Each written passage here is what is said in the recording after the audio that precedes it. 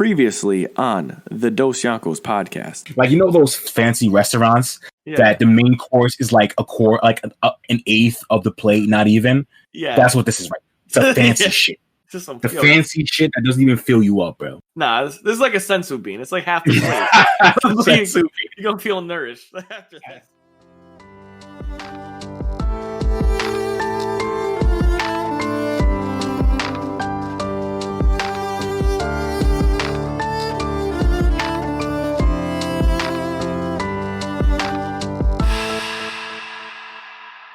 Back like we never left with another episode of your girl's favorite podcast. I'm talking about the Dosyonkos. You know, it's your boys, your captains, Sammy Vince Smoke, SV. Here with my man, Deion Chopper. Deion, what's cracking? Yo, man. It's New Year's Eve. Hell yeah. So big New Year's. I got the sips here next to me, which might be my favorite beer of all time. Sam Adams Cold Snap. I feel like every time, I just don't know what it is about this one. But I like this one. This one right here. That shit fire. This shit right here, yo. That shit fire. But yeah, you know, we back on the docket today. You know, weekly recap. Talking about, you know, regular shit. Fucking Black Clover, One Piece, Jujutsu Kaisen, Attack on Titan. Regular recap. Bro. And then for the main meat, we're going into one of my top 5. One of my favorite animes to come out in recent history. I'm talking about Young Food Wars with the GOAT MC Young Soma. So it's gonna be lit. I'm fucking excited as hell, bro. Literal, so man. That's on the docket. Hell yeah, facts. Literal, man. It's gonna be lit. Man, yeah, man. I was gonna say, honestly, this year of anime has been insane. Just to be like the finale of the year, like things that we've done. Some good shit. So much, like. Even the weekly recap just seems to be like growing every week. It gets bigger, bro. It's crazy. But yeah, man. Oh, shit was wild. Honestly, I don't even know what to say. Me and Sam were like keeping in touch on like Christmas because you know that's what boys do. We talk to each other on Christmas. Facts, you already know. And keep in touch on holidays and shit. Everything. So shit dropped, but. I made sure I brought ramen with me, my whole setup. I did not miss Sunday ramen. And hell yeah, I respect that shit, dude. It's actually off the charts right now. So One Piece. Well, before I go on, spoilers. One Piece. Zoro got the sword. Oh yeah, bro. He got the sword, bro. I told you. Did I not tell you that when he gets a sword, it's gonna be sick? Did I not? I told you, right? It's gonna be sick. He got a third sword. Like that's all I got. That's all I can say. Is like I told you what happened. Yeah, and I told you like he got the sword he lost was Shusui, which is like a pretty important sword. Yeah, but he got one equally as important, which is tight. Is it better though? Like that's the question. Is it better than Shusui? Because it seems to be better. It's who even knows, bro? Like it's even hard to say because I think they're both the same grade sword. Mm-hmm. So like technically, like made wise, they're not like stronger than each other. But like Zoro's new sword has that passive that does things to him. I'm not gonna spoil it. Yeah, but so. But him with a little arm is funny. That was fucking weak, bro. Comedy. He got the little arm. Shit is zombie, the little mummy arm, bro. That shit is weak. Mummified shit. I got no muscles and fuck. That shit is so funny. He's like, give it back. It's like, yo, he's also so a little arm.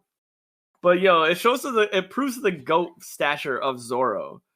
That they said that to him. They're like, anyone else would have died holding that sword. Yeah, bro.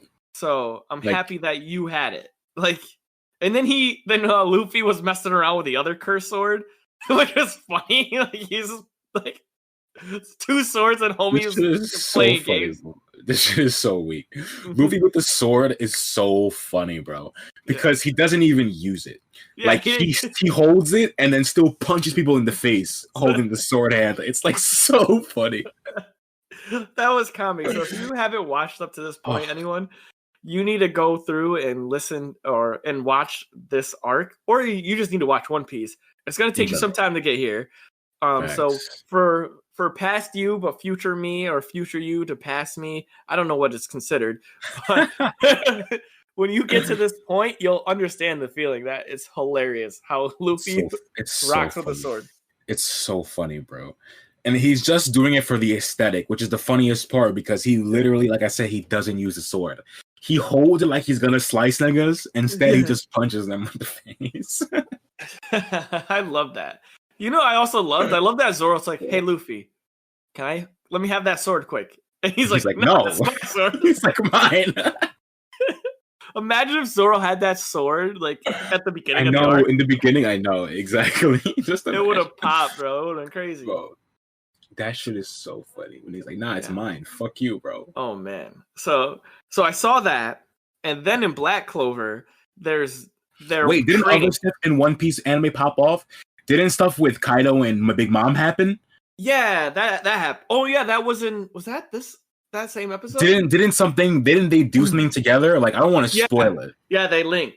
Okay, yeah. So spoil, like we already said, spoilers, but these motherfuckers, they do something.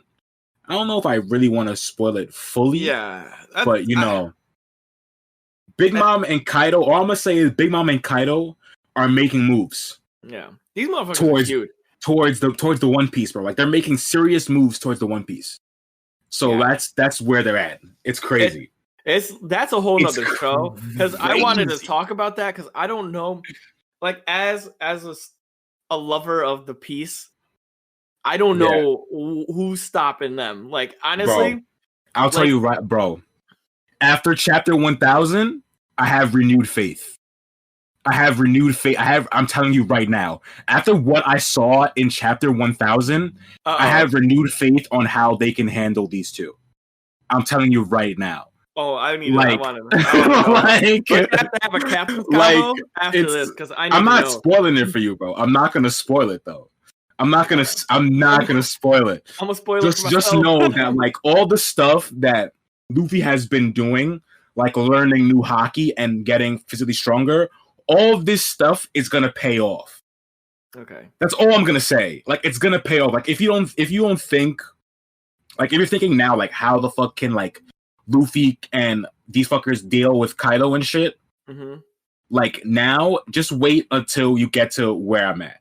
Okay, I'll let you keep going. I have more to say about chapter 1000, but it's honestly ridiculous. My thing is like, I know that like Luffy can probably handle them, but how does like I don't want to put Zoro in a category or like Sanji in a category where they're not like monsters, because they kind of are, but like I don't know what Zoro. There's tiers, bro. Like, obviously, like Luffy is a captain, so he's gonna be a tier above even his strongest. Even though I'm a Sanji fan, there's no doubt that Zoro's stronger than him. Like, there's no doubt in terms of fighting prowess. There's no doubt. So Luffy is the captain, so he's gonna be leagues ahead of even Zoro, who's the second strongest on the crew. Yeah, you know what I'm saying? So like, Zoro doesn't necessarily have to compete with someone like Kaido or Big Mom. He has to take out niggas like King and Queen, like the commanders. And I think he's in that range, especially with a new sword. He's in that range where he can be the first commander now. In my opinion. But like, if Luffy began jumped by some Yonkos, I'm not gonna. Somebody gotta help him. Like, the other captains. That's what I'm saying. Like, they are not. We know kids there. We know Law is there. Like, they're gonna be the ones who are helping Luffy deal with Kaido and Big Mom because they're captains. Okay, that's their fight. You know what I'm saying? Like, Luffy, piece that together. Yeah, that's how I think it's gonna be. Like, I don't see Zoro. Maybe I'm wrong, but I really don't see Zoro fighting them one-on-one or whatever. Like, it's not happening. Zoro might be there in the fight where all of them are ganging up, like it's 2v4 or something like that. Yeah. You know what I'm saying? Like Kaido, Big Mom versus like Luffy, Law, Zoro, and Kid. It could be something like that. But in my opinion, Zoro's main focus does not have to be beating a captain. Even though obviously he wants to be as strong as he can be. His main focus should be beating Mihawk. So he should just get stronger as himself, you know what I mean? But that throws me off, though. Because, well, I guess because Mihawk isn't a Yonko, but Mihawk's a warlord. Like, see how the transition kind of gets like a little hazy right there? Because Yeah, for Zoro to beat Mihawk, like when he was talking with Shanks, is kind of almost pretty much like he's a Yonko. He just doesn't really I don't want to think be he's there. Yonko level. I don't think Yeah, Mihawk's Yonko I level. think they alluded to I it. don't know. It's just that they're like Mihawk doesn't like to do anything. He doesn't like to be around people, so that's why he doesn't have the same strength as he doesn't have numbers. Like where Big Mom and Kaido and Shanks, they all have a crew. Like Mihawk just has been rolling dolo. Facts. And nobody messes with him. So like to me in my brain, if you're rolling solo and nobody messes with you, then you must be outworldly. So I don't know, bro. It's tough. The power scaling is tough because and we don't even know. I know bounties don't really match power, but if we had Mihawk's bounty, we'd have a better understanding of where the world sees him, so we can kind of view him in a similar light. You know what I mean? Yeah. Like we know.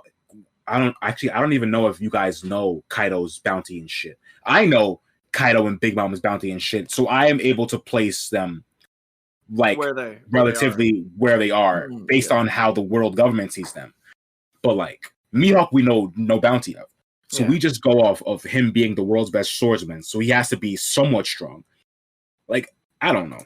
Yeah, it was just after Marineford and that whole arc and the way Shanks talked to him when they were on the island and everything that transpired between him and Zoro and how Mihawk, how Luffy even used the future sight hockey against it.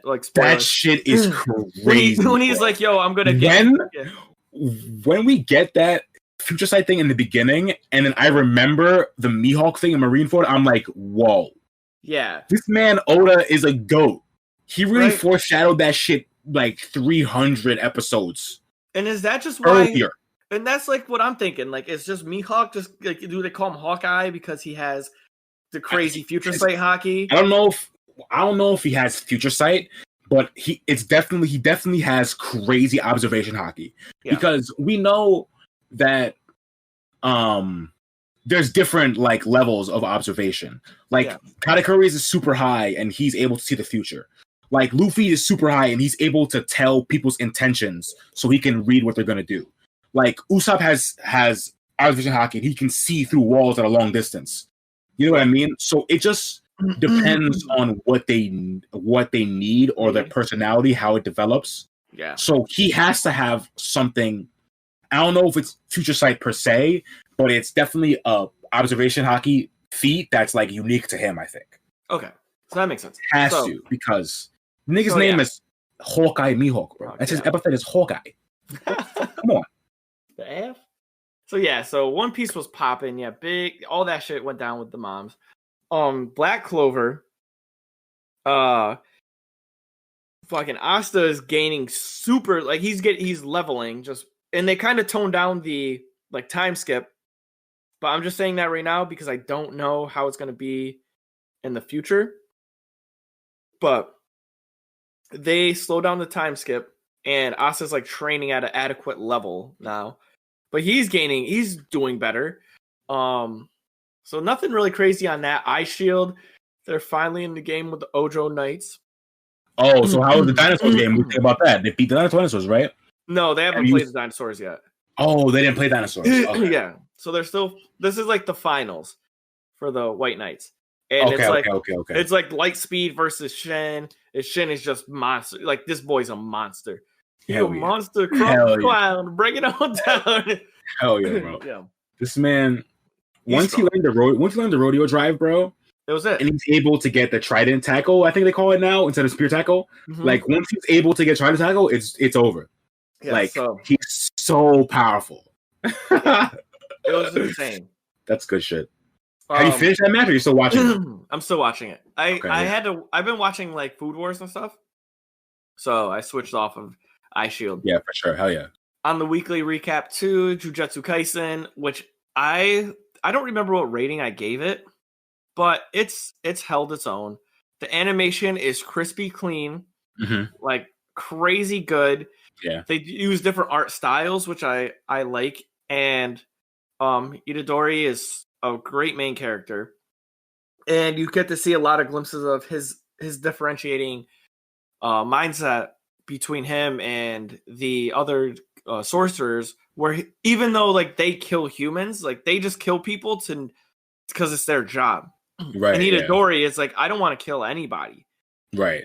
So he has this like personal feeling, except for this last episode where he goes God mode. So spoiler alert, Itadori goes God mode. Like.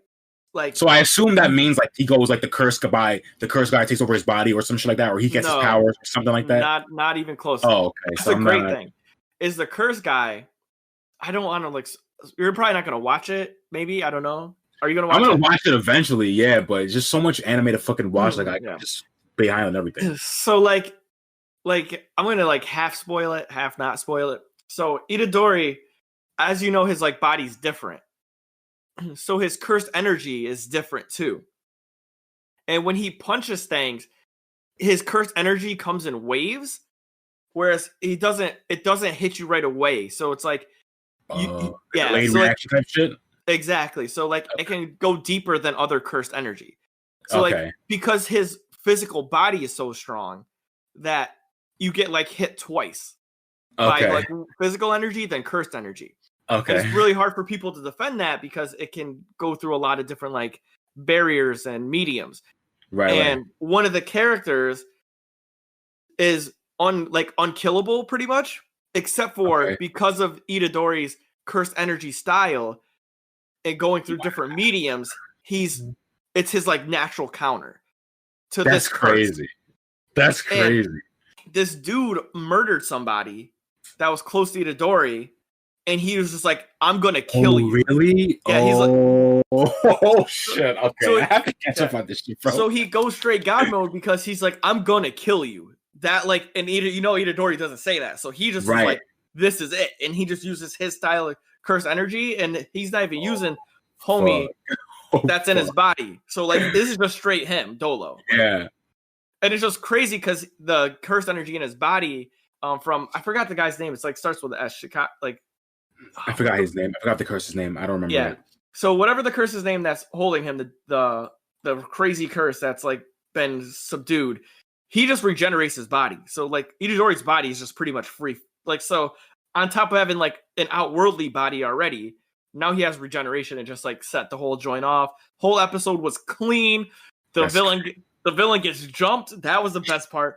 Honestly, gets jumped. Honestly, I would put this in the TikTok right now. You know, like the best jump of all, like of the decade, was either between Naruto and Sasuke or Itadori and this other jujutsu sorcerer, bro. They jumped this boy bad, bro. He was getting smacked, and he's like, I can't survive this. Bro, I have to see this next one, but the Naruto and Sasuke jumping Momoshiki is a good one. When they jump Momoshiki, bro. Bro, that's the reason I dropped Boruto, bro. Because after that fight, I was like, there's nothing in this show can make me feel as good as I felt after that fight. I'm like, I can't watch this anymore. So I just dropped it. Even though I hear one of my coworkers been telling me that Boruto's been getting good recently. So maybe I'll have to do research on it. But like, I don't know if I'm gonna watch it yet. But yeah, I think they got a lot of negative. I think they got a lot of negative reviews based upon people like, this sucks. Like, and then they're like, all right, we gotta implement something because everyone says it sucks. Facts. All right, before we get to Attack on Titan, let me just talk about Sam, hit One Piece 1000, bro. So if you don't know, One Piece Titan 1000 is not officially out. It is officially out on January 3rd, 2021. But it leaked early because obviously all chapters, the scans leak early. People translate it. So this shit leaked a week early, and I've read it. And let me just tell you that this chapter, like, fucking blew my mind, bro. It's like, I'm not gonna spoil anything, but like, you know how Luffy is like the quote unquote fifth emperor, and we would talk about like how he don't seem like a Yonko just yet. Like he has the feel of like he's like a first Yonko commander type thing. Yes. After this chapter, Luffy feels like a Yonko, bro.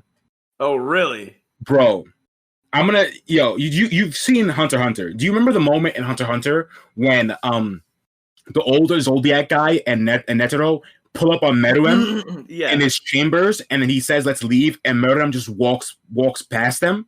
Yeah. Without a care in the world. Luffy has a moment just like that. And bro, whoa, hold up. Literally, it's that literally moment was nuts because those are the it's literally the exact same. He said, "Yo, catch me outside." Has a moment just like that, bro. When I saw that, I'm like, oh no, Luffy is different. I'm like, no, and like the best part, I'm not gonna say what he says, but he does that moment to go treat somebody or somebody who's wounded. He goes to see someone who's wounded, which is like a perfect Luffy thing. And then he goes them, and the first thing he says is like, "I'm sorry it took so long to get here, bro." And I'm just like, fuck, man. Like, I have goosebumps even thinking about it right now. Is that, oh no, dude? Oh my god, like, I have goosebumps even thinking about it. Of like that moment, that Merit.M in Hunter x Hunter moment, coupled with like his compassion of just going to somebody wounded and being like, "I'm sorry, I got here too late, and you had to deal with this shit."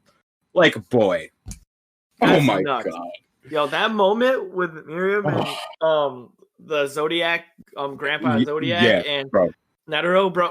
Those are the two most badass people in the series, and it only took, I think it was 26 seconds was the scene or the panel where they had the dragon meteor, and they both of them fell from the sky, and it's like at that point you knew that they were like honestly unfuckwittable. Like nobody could touch them. Like even though Gon killed, like everybody was doing stuff.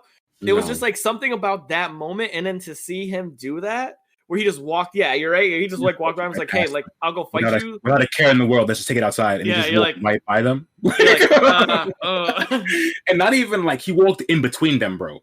Like not even like he walked past them. They're heading, but somehow he walks directly in between them. Like, boy. It says, "One of you two do something."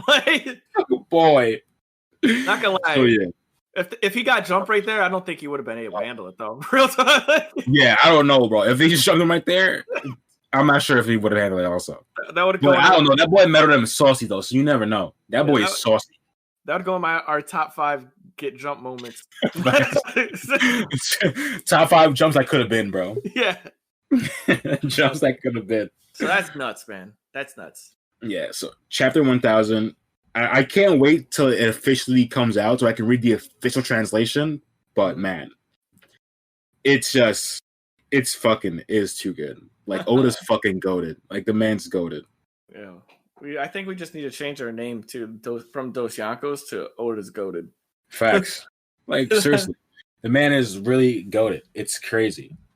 That's wild, man. I'm so glad because I can't wait. Like it's amazing to hear you talk about like chapters before I get to watch it on like the anime, and it's just like I have something to look forward to because there's all that excitement behind it.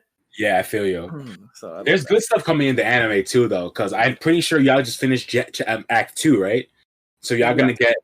I think there's a break where they dip off to see what's happening in the world for a little while. Yeah, they just showed that. They showed that already. Okay, yeah, so that's gonna happen, and then I think it's Odin's flashback up it, and Odin's flashback is really good. So what they did was they jumped in the last episode. They jumped away. They said episode 1000 is dropping at this date. They actually like alluded to it in the anime, which was juicy. Oh, really? Yeah, they like literally said like chapter 1000 is coming like this day. Like be ready. And it was all like the characters, and then they did a cutscene to like Blackbeard. Oh. Oh, okay, that's tight. Yeah, so they're like, and like, so I'm assuming they're gonna probably wrap up what's happening. Like, they show some stuff with Blackbeard and stuff. They show like the world government shows some things too.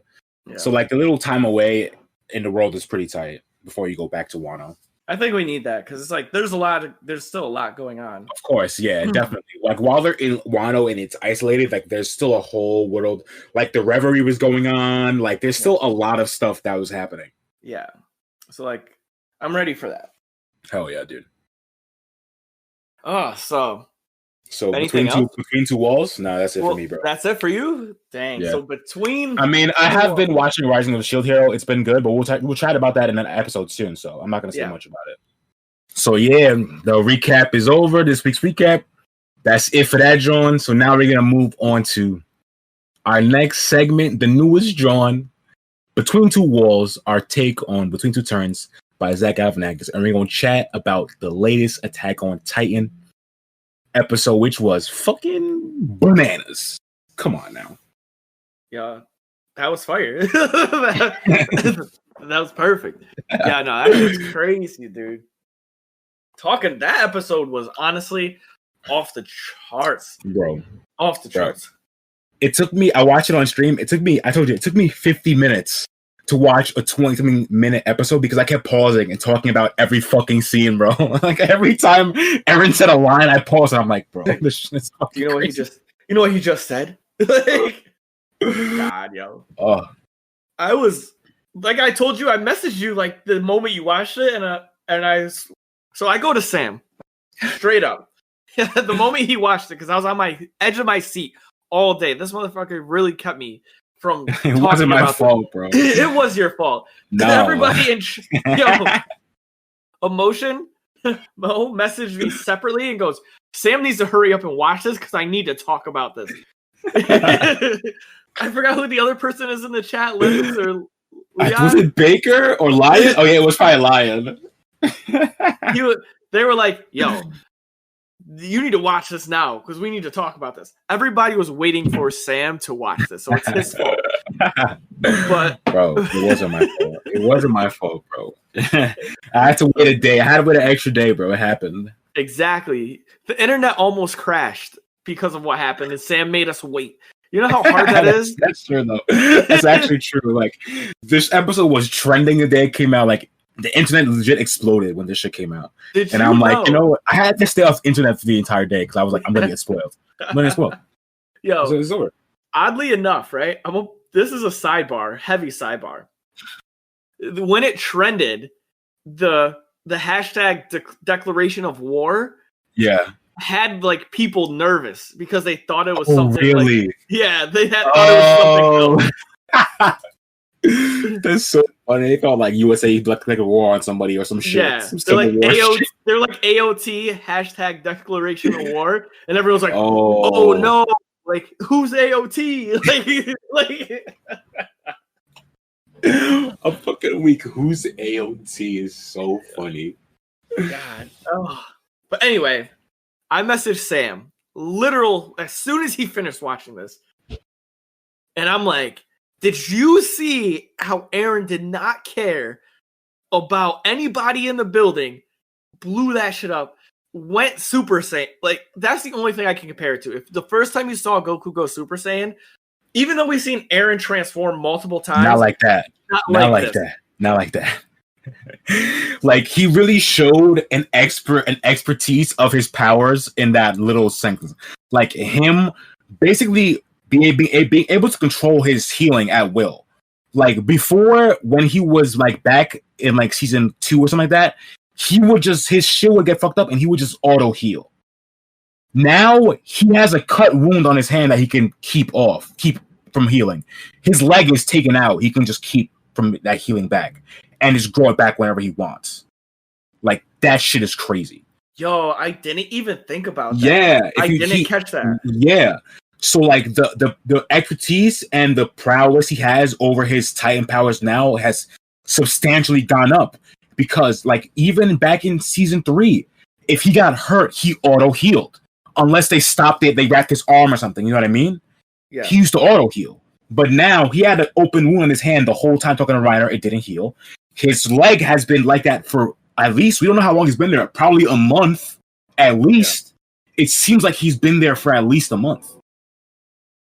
And his leg has not been healed. So and it just shows too, right? Like, he's just been. Yeah. Is that real? Is that like? Is his Who knows if his eye is really fucked up or he could heal it back? Who knows? We have no idea right now. Wow. That was something I didn't catch on the first watch. Is that he didn't heal right away? Yeah. Like he did that himself. Oh wow, that's a big take. That's a real big take. Woo. Yeah. Okay. Yeah. That shit is. That part is fucking good. Yeah. Yeah, don't want to jump off too quick though, but I think to start back, the whole propaganda thing where they told the Marlins that they lied, I was blown away by that. I was like, yeah, that shit is crazy. Like that shit just makes me think that something else has to fucking happen, bro. Like I like how I was wondering how they were going to declare this war, because once he started saying that like all of it's fake and then the true person who wanted peace was King Fritz, I'm like, how is this going to go into paradise? Then they shifted to Eren has taken it and he's like against that peace, so like it makes the declaration of war, like it makes them Eren the new enemy instead of it was the king before, and now Eren's the new priority enemy number one or whatever. It seems kind of like ridiculous that they would put that. So something seems to be going on in the background, because why would they put that on Eren? Like, why is Eren? They didn't even know about Eren until X amount of years. So why is that the new switch? Like, why is that the new?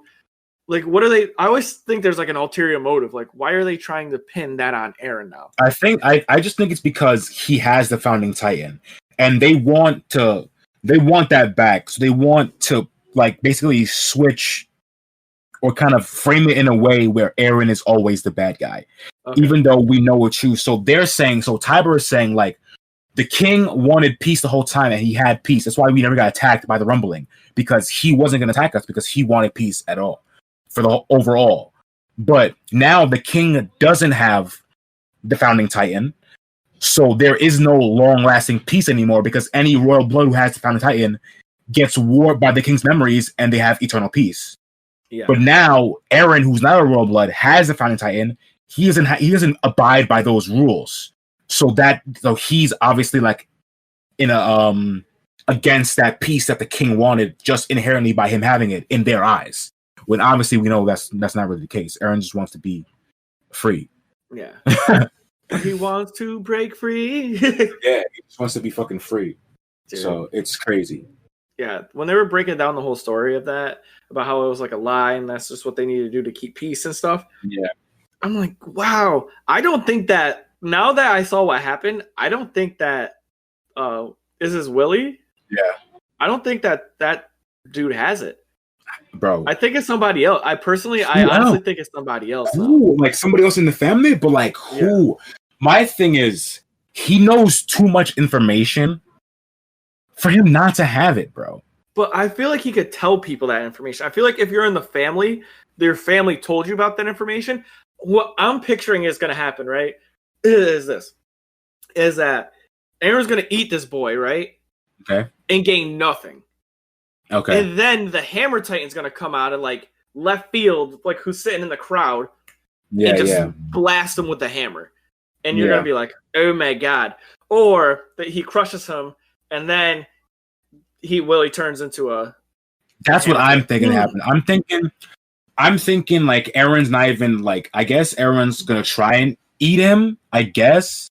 But I wasn't even thinking like that. I was thinking that Eren just like came out the building, blew the shit up, smashed Willie, and was going to go on a rampage after that. And like he didn't even worry about Willie anymore, thinking he's dead. You know what I'm saying? Yeah. Because he threw him into the air as a fucking Titan. He's probably donezo. Oh, and he probably doesn't know that.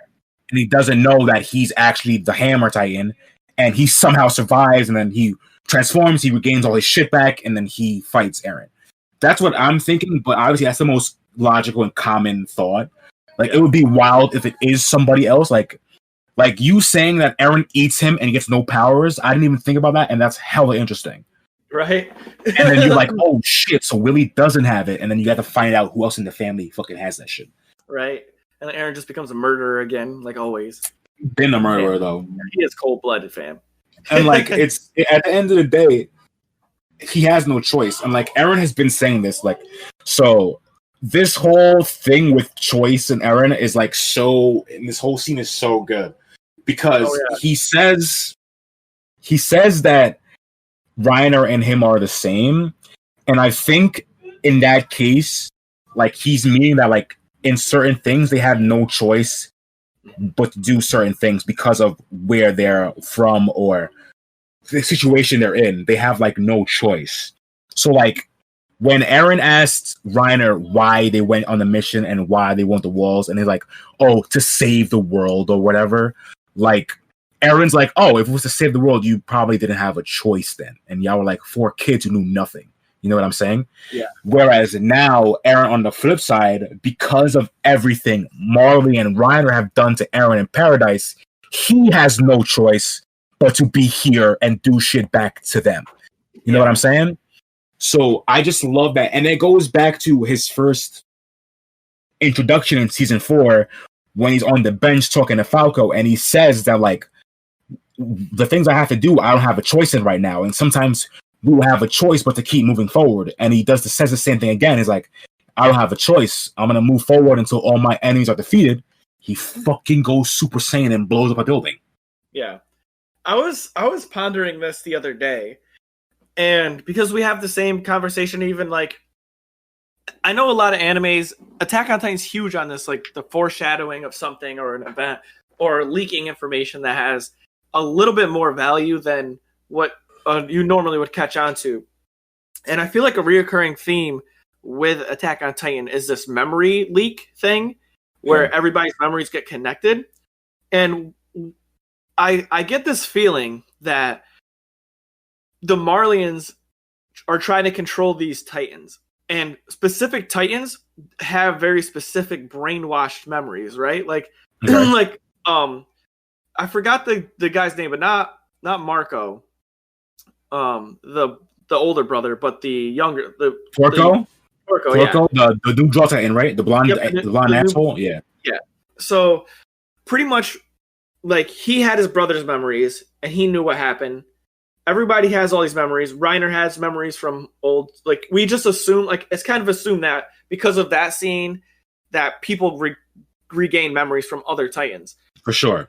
So it got me thinking of, like, how their dialogue how the dialogue in the episodes became like apparent. Like Willie talking about how Fritz wanted to change the memories. He has memories of blank, and that's how he knows about this, right? Mm-hmm. So when I hear Aaron say that, I kind of get this, like, feeling of it's deeper than that he has no choice because he's controlled by the memories. And we got, like, a glimpse of that with the Owl back in the final season with, like, the Jaeger. He even said something. He goes, you won't have a choice but to do this. He goes, once this happens, you won't have a choice. Yeah. So I'm feeling that somebody in the line of just the Attack Titan itself had their memories, like, switched to something, so where they weren't controlled, and everybody who obtains that becomes a rebel. And honestly, I think that makes sense, because even when they first, like, when the Owl, the original Kruger is talking about the Attack Titan, he says it's a Titan that always strives towards freedom or something of that nature. So it could be a thing where, like, during the Titan War, shit, like, we don't know what actually happened. All we know is stories from some different side. We know the Marlian story, we know the Eldian story, whatever. We don't know the true history of what happened in this war, obviously. So maybe it's a thing where, like, during this war, when shit was popping off, the Attack Titan at that point, seeing something going on, shifted and was like, yo, I'm trying to be out of all of this and trying to be my own thing. And that maybe it's a thing where that is the case, where, like, the memories of the Attack Titan cause people to just want to be free from whatever they're binding by right now. Yeah, because that's like the thing that we were talking about with the King. They're like, Blank doesn't. The founding Titan's memories would cause everyone else to follow in line with the King's memories. Yeah, if they had royal blood. Yeah, if they had royal blood, and that went for many generations. Well, what if it's not a royal blood thing? What if it's just a memory thing? Like the person, because it's connected, the person who had that memory now controls future people. Like you said, some, like in the Great Titan War, like they saw that, you know, something happened and they're like, this is wrong. And now everybody has that same memory of, like, this is wrong. And they aren't swayed by outside people's opinions. You know, it'd be like, like prime example, someone, and there was 10 people in the room and one person stole an apple, and person A sees the person steal the apple and everybody else in the room thinks it's someone else. Person A will be like, no, that person's not the thief. And everyone else is like, no, that person is the thief. Yeah. And it's like, no, it's person C. And they're like, no, it's definitely person B. Yeah. And now, like, you put that into the scale of the Titans, person A will always think that will know the real truth. Yeah. And so everybody who gets that memory will be like, wait a minute. Yeah. And it seems to be how all the people are, like, and it falls into people's laps who want something different, like Falco. Yeah. That's definitely fucking true. Aaron, bro. You know, so it just seems like those people kind of are drawn to that. Hella interesting, bro. So that's fucking tight. And that's the only reason why I thought that was because of like what you just said and the way Aaron kept repeating I have no choice. Yeah, like I have no choice. Yeah. Fuck, dude, that's fucking wild. Right? Maybe it's deeper than this. Bro, how deep does this fucking shit get, bro? It's already deep enough. Like, that's what I'm saying. That shit's crazy. That's Attack on Titan for you. It's bro, like, how and deep does it get? that just makes me think, because I've been thinking that like they keep bringing up King, the Titan King. I feel like he's gonna come back in some way somehow. Yeah. I feel like he has to be the final boss, bro. I don't feel like Marley is the end all be all for Paradise. Like, I feel like what do? They conquer Morley? Like, everyone else still hates them. They're still devils to everyone else, bro. So it's not the end all. Conquering Morley is not the end all, in my opinion. So it has to be something with the fucking Eldian King, bro. I don't know. So I don't know, bro. Yeah, so like, what if it's a thing? What if it's a thing like the Attack Titan understands the real truth about what the fuck is going on with the Eldian King, and that's why he's like this? Yeah. Because I still feel like it's a Chekhov's gun type thing. Like, they keep bringing up this Eldian King like every other episode, and like, yeah, they talked about him again like this episode, but that was in a play. Like, this motherfucker has to come up in like as an actual character. I feel like we have to see this nigga, but I don't know, bro. Yeah, I think that's the thing that would happen, but we also haven't got a background cut of why the like Archiman family and the Orientals are different. Like, what is true? We haven't got that, and I feel like that's still huge. Like, that's fucking, of course, that's fucking massive, bro. Yeah, that's massive. So like, I don't know. It's tough. Like, why is Mikasa and Levi so strong compared to regular humans? Yeah. You know, like it's weird, bro. It's fucking weird. Like, I just keep thinking that like there's another Fritz just hidden. And like, he might not have the Founding Titan now, but like he's still like the line of like the true Eldian King or whatever. Mm-hmm. So I just feel like, I don't know. I just got a hunch that this motherfucker is somewhere hiding. Just in the shadow something, realm? Bro. Yeah, something, bro. Like, I don't know, man. They keep bringing him up too much for my liking for me to be like, no, yeah, he's never gonna come up for real. Like, what? Y'all say the nigga's name every day. Well, you know, as true anime connoisseurs, like, once someone says a name multiple times, I know, like, he's gonna fucking pop somewhere. Up. Yeah, in some capacity, it has to come up, and I don't think Tiber mentioning this shit in the fucking play is it. No, I wouldn't even put it past them like having a spirit connection or some dumb shit. Because I was just thinking about this the other day too. There hasn't been a moment where all Titans have been in the same location at the same time. Nope. And this is the first time. Yeah. Well, we don't know where we do know where Armin is. We don't know in proximity to where they are or how close they have to be for some kind of thing to fucking happen. Yeah. Because there's that, and in this scene too, I think the reason why like we haven't seen all of them together in one area because, you know, like the four of them went to go get the Attack Titan and the thing, but the Tiber family was set back home, so we were missing the ninth one out of the 8, and then the Cart Titan wasn't around yet, and the Beast Titan wasn't like there yet, but then they showed up a little bit later. But then Annie was separated because she was back home, and like I think they did some real lame shit and probably brought Annie with them. Just because of this line in the thing where the father goes to Reiner's mama. Yeah. She goes, I'm sorry about Annie. He goes, what are you talking about? She's coming home. And you think like that's like because he thinks he's got that like denial that she's not dead yet. Yeah. Well, I don't think that they would kill her. I don't think the Paradise Crew would kill her. No, so I think that they would be stupid enough to bring her with them. I don't know, bro. I think that would be some lame shit. Really? So I don't think they're that dumb, bro. I think that's a part of the flavor. I'm saying it right now. I think all the Titans haven't been together in an area. Yeah. And they brought Annie to like do so some like shit. They just brought crystallized Annie. She's just so crystallized. They just brought her. Like they don't want to leave her lonely. They don't want to let her be out. Fuck that. Put her in a dungeon. Throw away the key until you get back. Fuck. Yeah, But you know how these animes roll, fam. Annie's on the ship chilling in the bay, and she just like hears her pop's voice saying Annie, and she breaks out the crystal. You know, my God. Like she sees.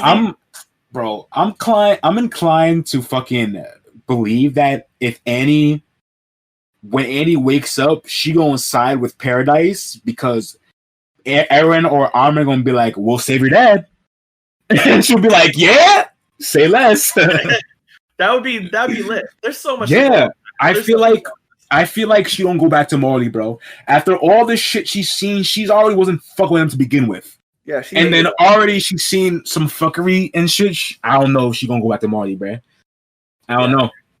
I don't know. I'm ready. Next episode, I'm ready. Yeah, bro. I don't know.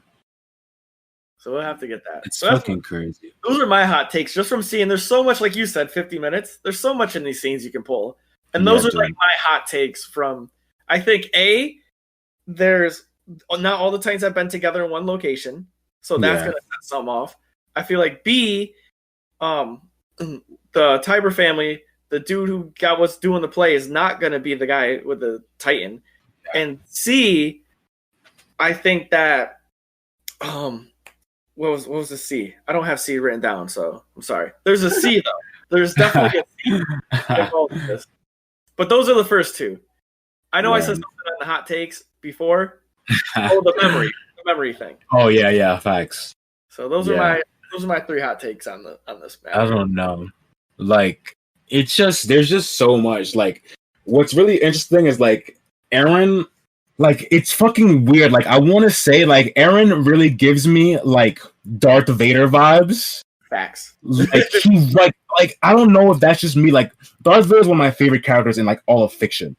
Like he's so nuanced and everything. I talk about the motherfucker for days, but like Eren gives me the vibe in the same way that like I don't even know how to fucking explain this shit. Like Eren has gone through the dark side, but like it's the opposite. It's kind of like the opposite of Darth Vader, but it still gave me the same feeling. So like Darth Vader goes to the dark side because of his passions and he cannot save people he's dear to. So because of his passions, it makes him search for more power, which obviously is into the dark side. Whereas with Eren, it seems like his passions don't even fuel him. It's like he's passionless now, and he's like strategic and just fucking logical, bro. And like the way he talks to Reiner, it's like no emotion. Like he's asking Reiner these things, like these questions, and there's not a drop of emotion from him. He's like, so why did you fucking attack the wall, bro?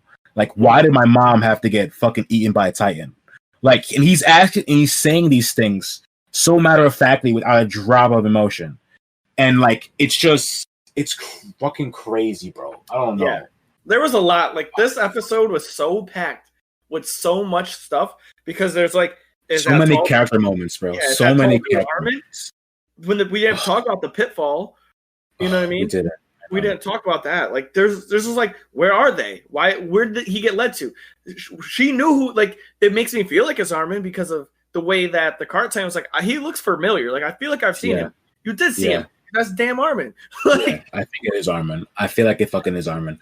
I had the random thought, like I told you, that it might be Historia, but after thinking about it, I don't know if that's gonna align because he's so fucking tall, bro. That's what I was thinking. He's too tall. Like, I just thought because the blonde hair, blue eyes, and it would be a crazy switch if like I said, like Historia is doing that and Armin's on the other side of town in some building and gonna fucking transform and nuke part of the town. Mm-hmm. You know what I'm saying? Like, that's where mine was at. Like, what if Armin's just somewhere else? But I do think that guy who leaded Peak and Porco to the pitfall is definitely Armin. Yeah, and that's what I'm thinking. It's like he's a tall. Like, I feel like people gain some kind of height. Yeah, I think you might be right too, because Bertolt was tall too, but we don't know if that was because of he was tall or because he got the colossal. We don't know. Yeah, and I want to look back, and now that's something once again something to look at.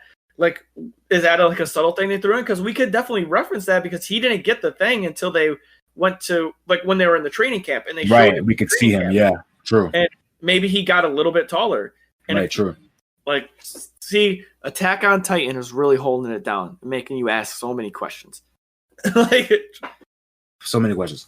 Like, we didn't talk about like Reiner's whole side in this and how Reiner doesn't see himself as the same as Eren. Whereas Eren sees them as the same because Eren feels like Reiner had no choice in his actions because of his upbringing and where he was born. Because he was like taught propaganda from a young age, taught that all the Eldians, even though they have the same exact blood, they're the same exact people. Once they're on the island, they're bad. And that's what they were taught. And like Eren's like, you didn't know any better. You guys were 4 kids who didn't know shit. Mm-hmm.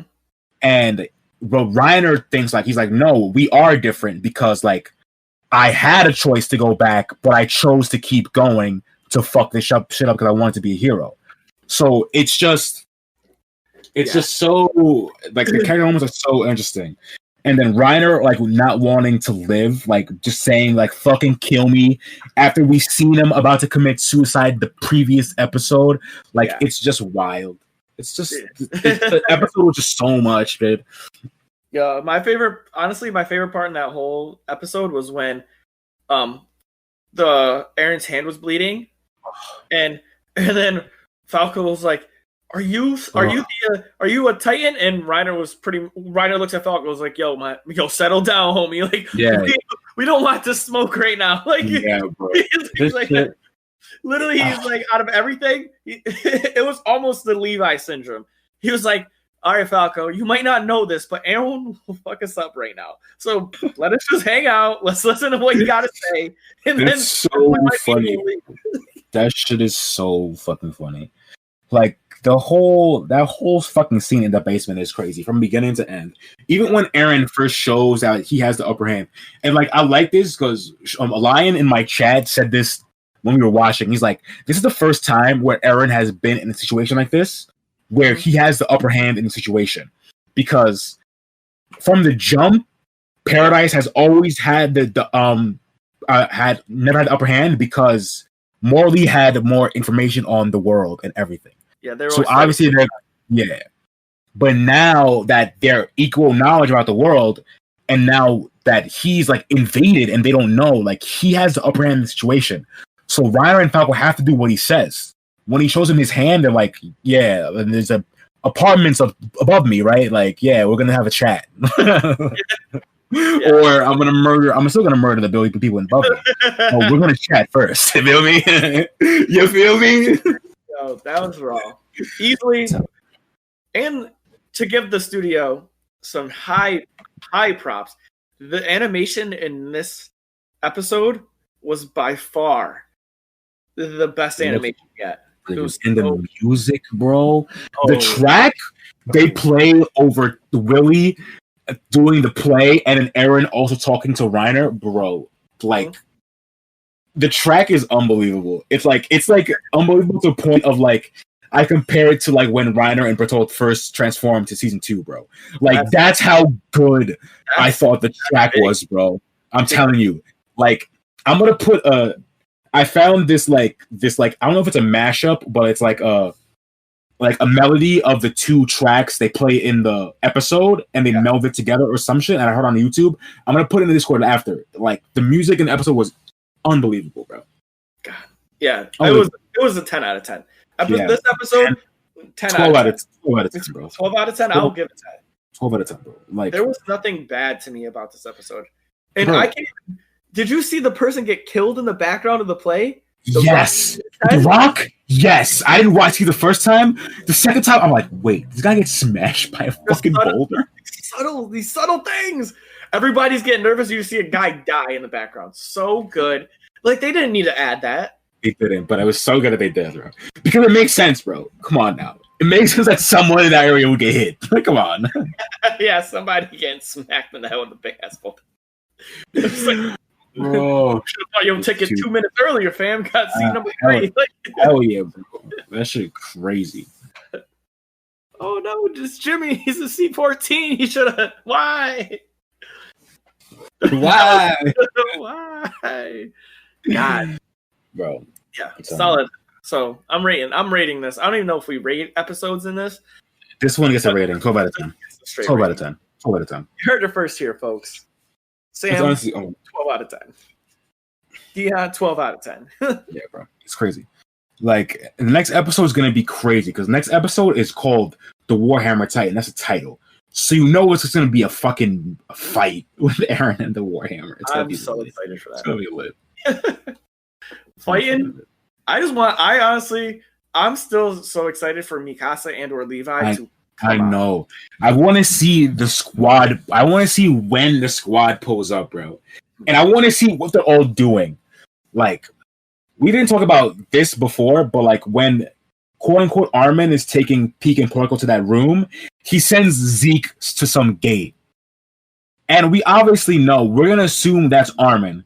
So he's sending Zeke to somewhere where he's going to get fucked up by something. So who do you think is waiting for young Zeke at the gate? I hope it's Levi. I hope it's Mikasa and Levi. I hope it's Levi. I just picture a scene of this guy getting to the gate, bro. He's like, all right, I'm here, whatever. And then he's a guy with a hood on. And he just pulls the hood back, and it's Levi. And the paleness on Zeke's face. Oh, yeah. Glorious. And then he gets jumped by him. and Mikasa. they get test for the best jumping of 2021. Facts. With Ikadori and shit. That I've never seen someone get jumped so bad, and I still will say this. He got jumped, and it was animated so perfectly. Where like I've never seen that in any anime. I've seen people get like punch, fly through a wall, stand up, and like someone comes down and drops him. Not literal getting jumped where he's like he got pieced up, like legit. He got pieced up, like he got jumped in real life.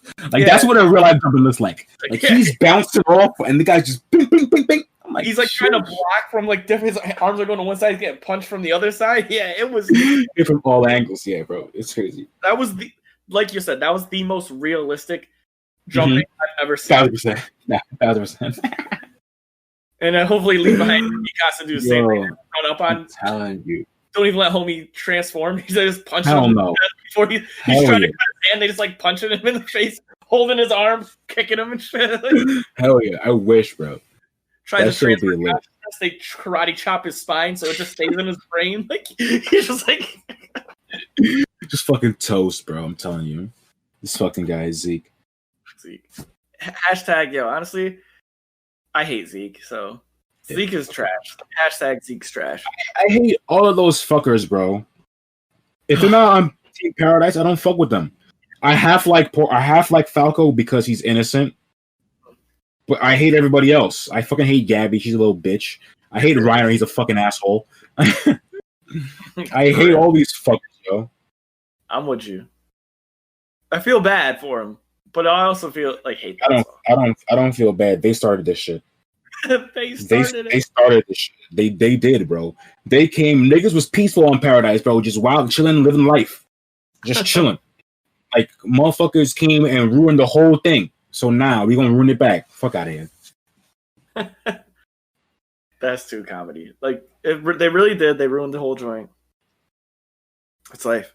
So Facts. I don't know. Man. You got more to say about that? Nah, I think that's it for this episode. This shit was ridiculous. It was what I was like. This is gonna be short, and then I thought about it. I'm like, this was probably one of the most impactful episodes of the past 3. Yeah, for sure. So far. Yeah, for sure. It's crazy. That being said, you ready for the main meat? Hell yeah, dude! You already fucking know. Yo, facts. So main meat, man, is Food Wars. Fucking Food Wars. Shokugeki no Soma. Oh, so Shokugeki no Soma. As y'all know, with every anime we do, me and Sam give it a minimum of 10 episodes. We listen to the full intro, full ending, soundtrack, and we give a little synopsis of what the show has to offer So before we go on, Sam, because I know you love this so much, please drop the fans with a little intro or a little synopsis of what we are watching or talking about today. So basically, if y'all, I'm gonna preface this right now because I'm a completely biased opinion, completely biased.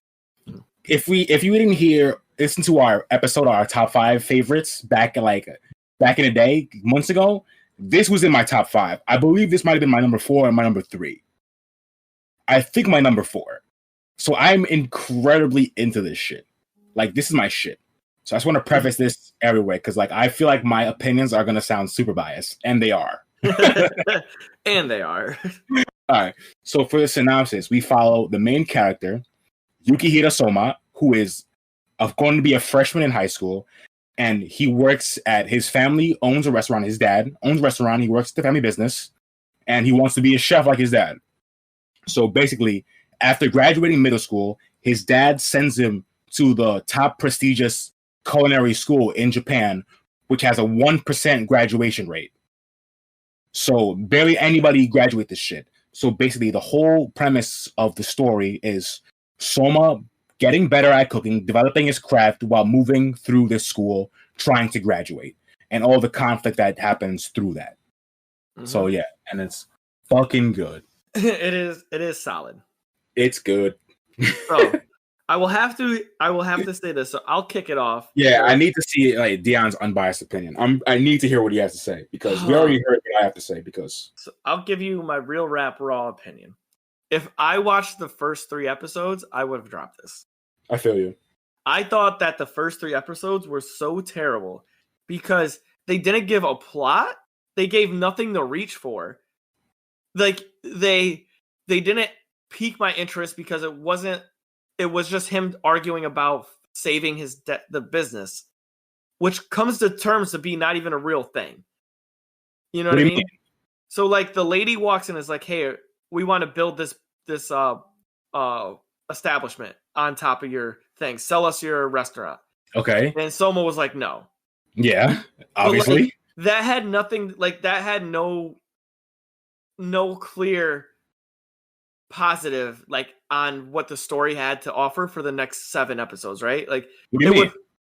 So like what ended up happening was so like if I know where you're going, I don't agree. Okay. If it didn't have an impact on how the story is, because the pilot shows exactly how Soma is as a character. So, but that's the issue that I'm having. It shows how he is as a character, but it doesn't show me enough plot. Like, and that's but the plot is him going through the school, so he didn't even get to the school yet. I know, and that's what I think the issue is that like, okay, like people don't genuinely fall in love with a character until they see how they interact with the plot. In my opinion, like that's how I am. So like. I didn't necessarily like Eren until I saw how he interacted in the plot of Attack on Titan. And that shit happened episode 1. The wall broke down and he tried to save people. Like it was like, all right, I see where he's going. Ichigo, same thing. And his sister got some problems, and then they built upon his character a little bit more after. But isn't it the same thing though? So he basically saved his business. So somebody, just like an unexpected thing happened, like I'm gonna put it in Attack on Titan. An unexpected thing happened in Attack on Titan, the wall broke down, and Eren reacted to it. Food Wars. Unexpectedly, someone comes to buy his business. Unexpectedly, he says no. They sabotage his business. Yes. And then he uses his prowess, his creativity, to basically save his business.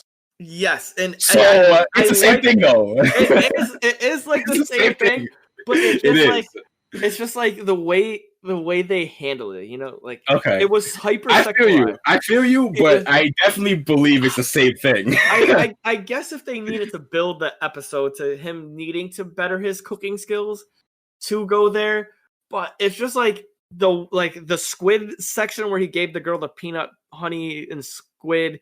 That's the second episode. That was 2. That's not even the first. Yeah. I rewatched the pilot today because I was like, I wanted to see how bad it was. And I was like, the scene where he gives him the food in the pilot isn't the worst one. I thought the one in the second episode with Megumi, that's the one that's really bad. Bad, yes. That's the one that's really fucking bad, bro. And that's where I'm like the first episode, like the pilot, it was decent, like where they have the battle and they test it and everything, and I'm like, okay, this is like pretty sick. Like I like this, and he battles, saves, he feeds the woman, like everybody has a little foodgasm shit, and I was like, that's all right. Yeah, and the foodgasm wasn't as bad as I remember it being in the pilot, but the one Megumi is the one I remember being really bad. So I fully agree. But like, we need to talk about the edgy shit before because no, that was episode 1. The squid was episode. It 1. is? Yeah, because he's like, I just want you to taste this, and he gives her the thing. Oh, and like it's not Megumi. It's the girl from his middle school. Yeah, the other girl. Okay, it's not Megumi. Yeah. Okay, it is the pilot then. Yeah. Yeah, and it was just like, that's ill. I don't like. That's bad, bro. Yeah, it's like that's not necessary. Bad. But then he does the thing and makes the food. It was super tasty. He made the meatless the potatoes, and then they're like, hey, like I'm closing down the shop. You're going to this school, and that was episode 1. That was that was cool, but it just was like, I felt like they could have transitioned a little bit better. They didn't need to hit me with all that nonsense. Like the way they handled it in the future episodes is actually pretty, to me, pretty not substantial. It's or acceptable, but it's like applicable to the situation. Like they're having foodgasms, but it's not. Yeah, I 1000% agree. Like as the show goes on, they kind of find their footing on how they handle the whole foodgasm thing. Yeah. Because in the beginning, it's in the first, like, I guess I would say maybe 2, because I don't even know. In 3, episode 3 is, I'm thinking about the one where they have the class with Megumi and he makes the teacher smile. Yeah. Like, there's no bad foodgasm in that one. So it's just the first 2, because I believe there's one, in the pilot that's super bad. And then there's one in episode 2 when he feeds Edina the egg dish. Yeah. And she has one that's not terrible, but it could be better. Yeah. Like, so as it keeps moving forward, they know how to handle it better. But I agree. Yeah. Like, based on the pilot, if you don't immediately come to like, because that's why I started watching the show, or I continued, because I immediately, like I said, I say every episode, you get me through the main character. I would have just, because like it was a foodgasm, you know what I mean? It's not going to be as crazy as if it's animated, you know what I mean? So I kind of just chalk that up to like them trying to figure out how to make it. But you're right, like they will definitely lose people based on the pilot, and I will never disagree with that, because that's fucking facts. Because that shit in the pilot is a lot. Yeah, and it's not even the one that he feeds. I didn't even remember that because I watched the pilot, but I only watched him serve the lady. Yeah. So I watched like the last half. So I didn't even see the peanut butter squid he fucking fed his middle school friend. I didn't remember that shit. Whew. So like it goes against literally everything we say as us being the podcast. Oh, yeah, 1000%. But you know, there's always exceptions to every rule. And there is. There's always exceptions to every rule. And everybody, I will have to say this. Sam is 100% correct. If I was going to rate this, even though the beginning was so cringe and so horrible, like not horrible in a sense of like, I still think bad. Keep going. I'll say this after. Keep going. Yeah.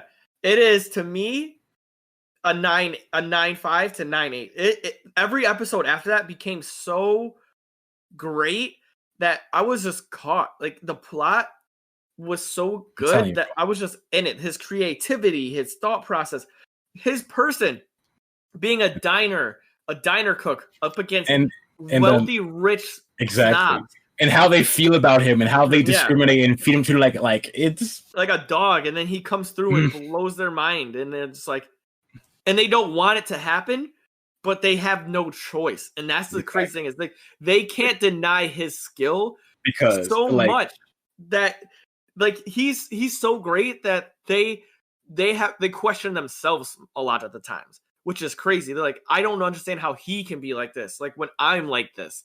Yeah. And they're like, yo, and the introduction of a rival, that was insane. That Aldini?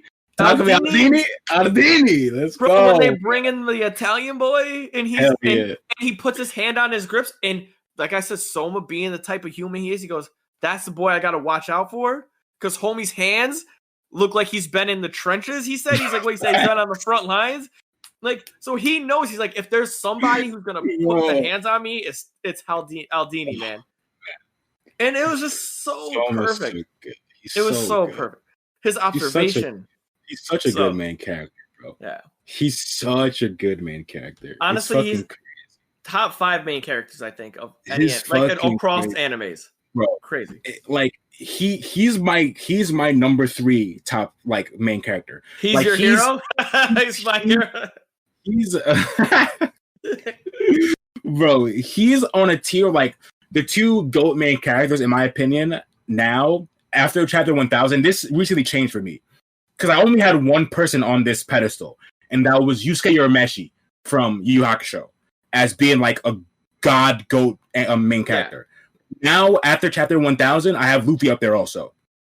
But in the tier right under them is Soma. Is Soma? Right under. Yeah, bro. He's right under. Like, if he can ever break that barrier, I don't know, because I haven't finished Food Wars yet. Yeah. But the way he breaks the barrier is he just stabs his opponent. Right. That'd be funny. Then he just goes straight to it. Like he's like, nah, I'm not gonna. He's like, we ain't cooking today, boss. I'm putting the knife in you. Hell yeah. Nah, I really enjoyed it, boss. Like, honestly, I'm mad that I haven't started watching this before. Like the way he goes through, handles all of his shit. He just moves. It's just, he just moves. Like the way he moves is just it's so valid. Like from the jump. Like from him first getting to the school and him giving the speech, it just shows you like this man is clearly different, bro. He goes up. You gotta understand. Like he goes up to this. He's the only transfer student. He goes up to this speech and he tells them, he's like, "Yo, like I don't really care about y'all. Like this school is a stepping stone for me. Like I'm not gonna lose to y'all niggas who never served a person a day in your life. Like I'm not losing to y'all. So I'm gonna be number 1." And he just dips off. And everyone hates him. And, like, you can't be mad at him for saying that because he's 1,000% right. This man has been serving customers since he was 6 years old. Some of these kids never been in a restaurant before. You know what I'm saying? Like, so in his mind, he's like, I'm not going to lose to you. You don't even know how to deal with a customer. Like, you don't even know how to cook for the masses, man. Like, like what are you talking about? Like, I've been out here in the trenches. I'm going to lose to you. You never served a plate before, bro. Fuck out of here. Yeah, damn, man, it's crazy. And then like it's just so many moments, bro. There's so many moments. Like I'll say hit it. Of him. I know you've seen of the Shokugeki in the camp against him and the alumni to save Megumi. Yep. Boy, the man's movements are just ridiculous. Megumi gets expelled on some fuckery. Yeah. And then Soma just goes, "Oh, can this be overturned?" By that, you know what? Shokugeki. He's like, you're gonna challenge me? I'm an alumni. He's like, I don't care who you are, bro. We can get it cracking. Yeah, we can get it cracking. Like, he does not care, bro. Yeah. He's the fucking man. Yeah, man. I give it up, man, to this dude. He's raw. Like what I have to say about this anime though is that along the lines of that being a thing, like its animation is not subpar. Its animation is top key. It looks really good. Oh yeah. Like the storyline and the plot and the setup, like Megumi is not a side character, but she's a side. Like they have they do really well with side characters. It's like it kind of feels like how in My Hero there are side characters to Deku, but they don't feel like side characters. They're all like complete characters. Yeah. You know what I'm saying? And that's how Food Wars is also with a lot of the characters, like Megumi, Aldini, Erina, like all these people who are side characters to Soma, but they don't feel that way because they're so rich in like development. Yeah, like they're well, that's the word I was looking for. They're well developed. Yeah, 1,000%. So the development on all of these characters are so good. Him having like the love interest with Erina, Nakari. Nakari. Like, you know, they set it up like as in, you know, he's like, the rule is to find a woman who you can cook for, his pop said. And then like it just so happens to be he bumps into Shorty, you know, on the way there. So it's like one of those scenarios, like, all right, man, like she has the god tongue, hey yo, like, you got the guy tongue. It's only good we could do these sexual innuendos for Food Wars because it's like perfect. 1,000%, yeah, like, 1,000%. I always pronounce her name wrong, but Mito, Lukumi.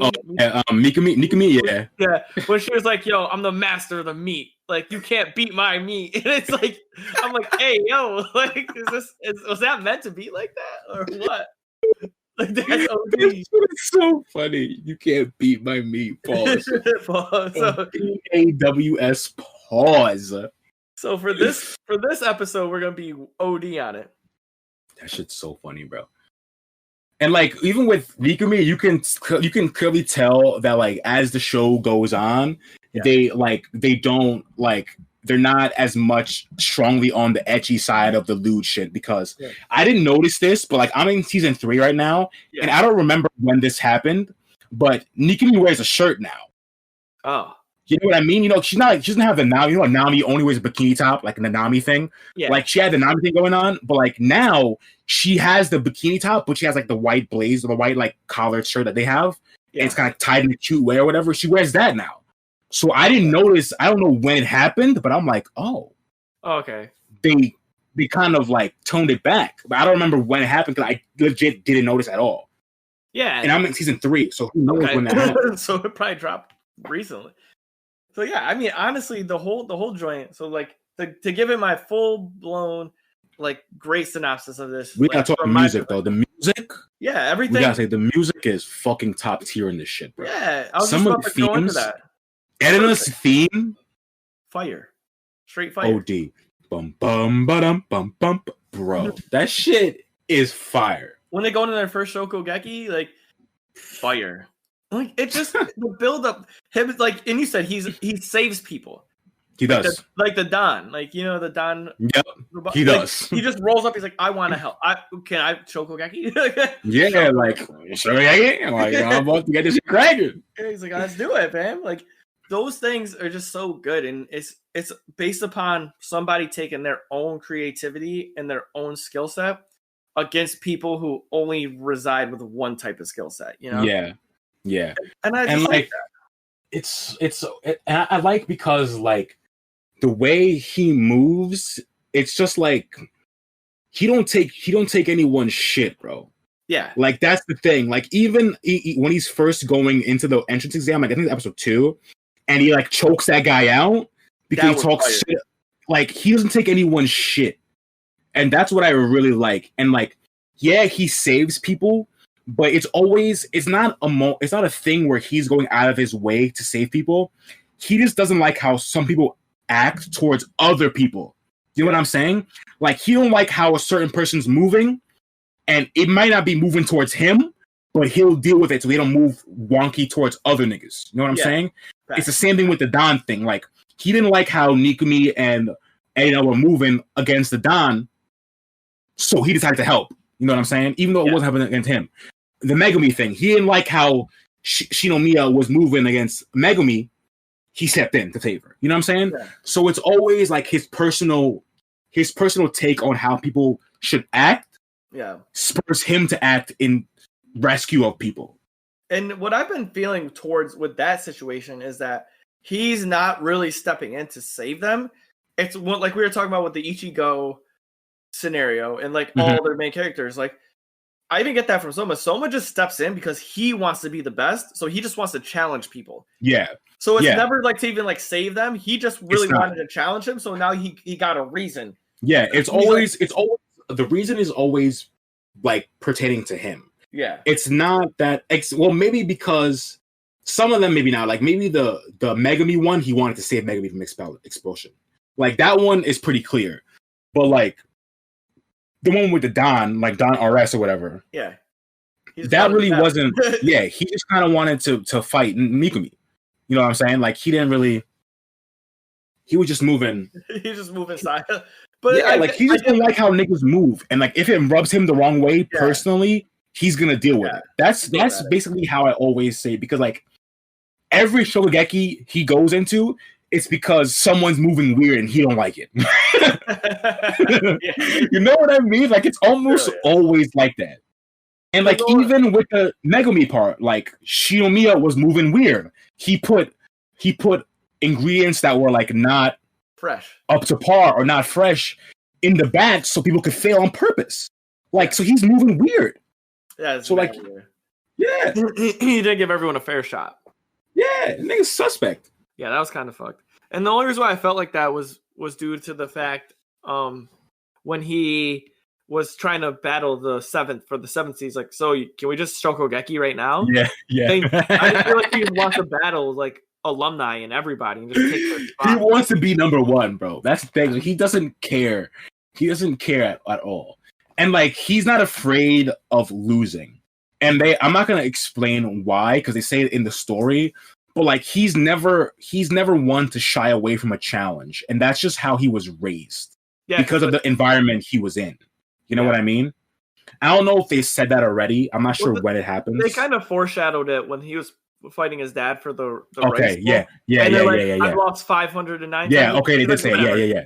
They did say it. That's the episode where I think Ishuki is like, he's like untainted by failure because like he's been losing his whole life, so it doesn't really faze him anymore. So like he's not one to even if the challenge seems like insurmountable, like he doesn't care. He's gonna try it.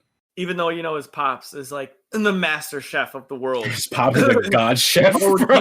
The whatever the guy was, the monk who was on fast. He's like Dalai Lama, bro. He's like, I need Choichiro's food, bro. I need Yukino's food. He's like, I don't care. Like I'll sacrifice. That shit. Just imagine, bro.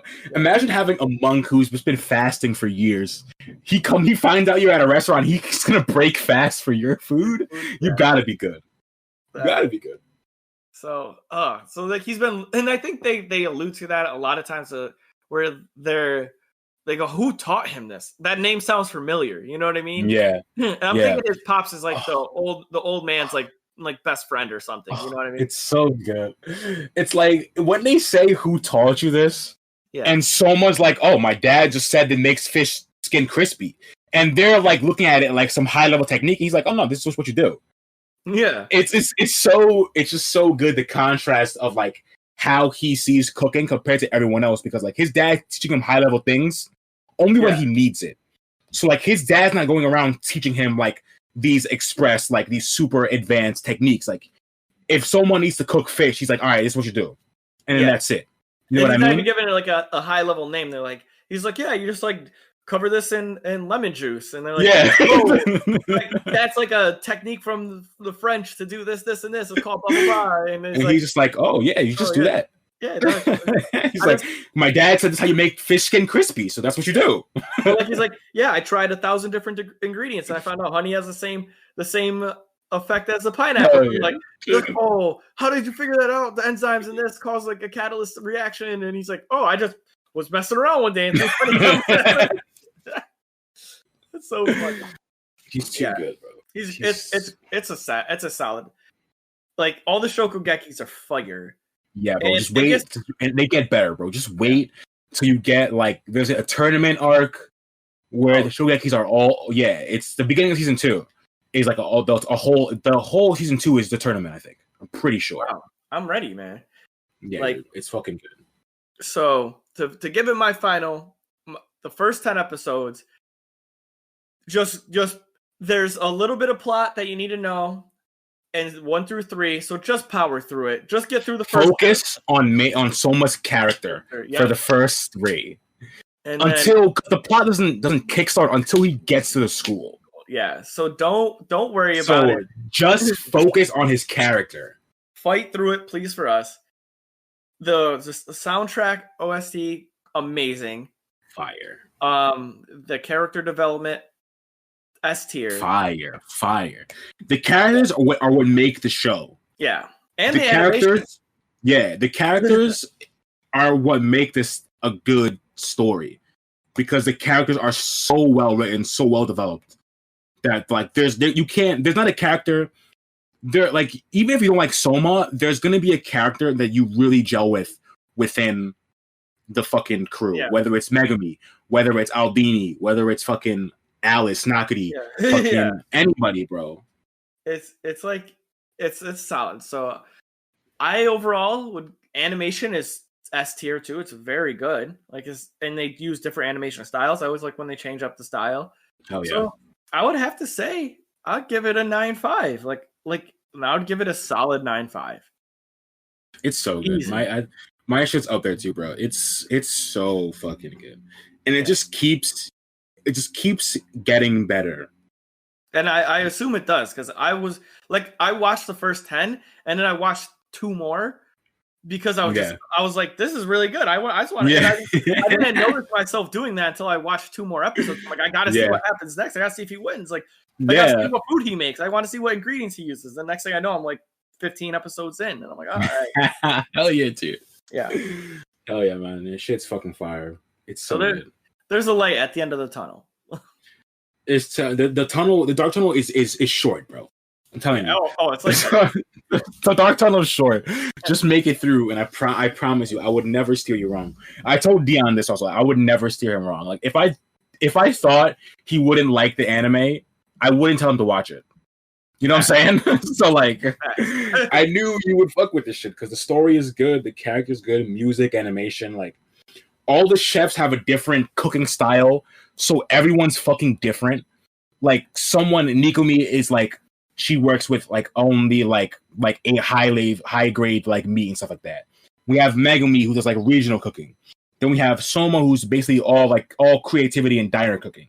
Then we have people who only cook via like rice bowls. Like everyone is different, so it's fresh. Like every shogeki is fresh. Like Yuki Yoshino, I think it's Yoshino. Yeah, Yuki. She does Wild Game.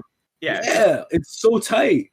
Like one of the guys in Pulsar, just like he just like smoke stuff, or he just like via smoking, like dude, smoke ham, smoke beef. Yeah, like all that shit. It is. Oh, the one girl does the rice, like rice malt fermentation or whatever. Like, it's just crazy. It is OD crazy, and it's solid. Like, and this is why I said the second one was bad, because he gets to the school and he gets into the polar dorm. Yeah, and the old lady just like has that. Oh yeah, she's trying to kiss him. That shit's funny though, bro. It's funny. Come on, you don't think it's funny of her? I thought that was comedy. Him just like, oh no, get away from you, old lady. She's trying to make out with him because his food's so good. Like, bro, that shit's comedy. That was funny. Oh, I liked it. So I'm gonna add that to the weekly recap now. So yeah, that shit. I'm on season 3 right now. And I was reading it for a while. I think I've read up until like the middle of season 4. And I'm thinking of doing reactions for fucking YouTube for this shit, because I love this series so much. Do it, boss. So it might get added to my weekly stream schedule, bro. Like, Beyond it the might content get grind, fam. added. Right? I know. We have to. It might just get added to. Like, my stream now has become like half as us watching anime.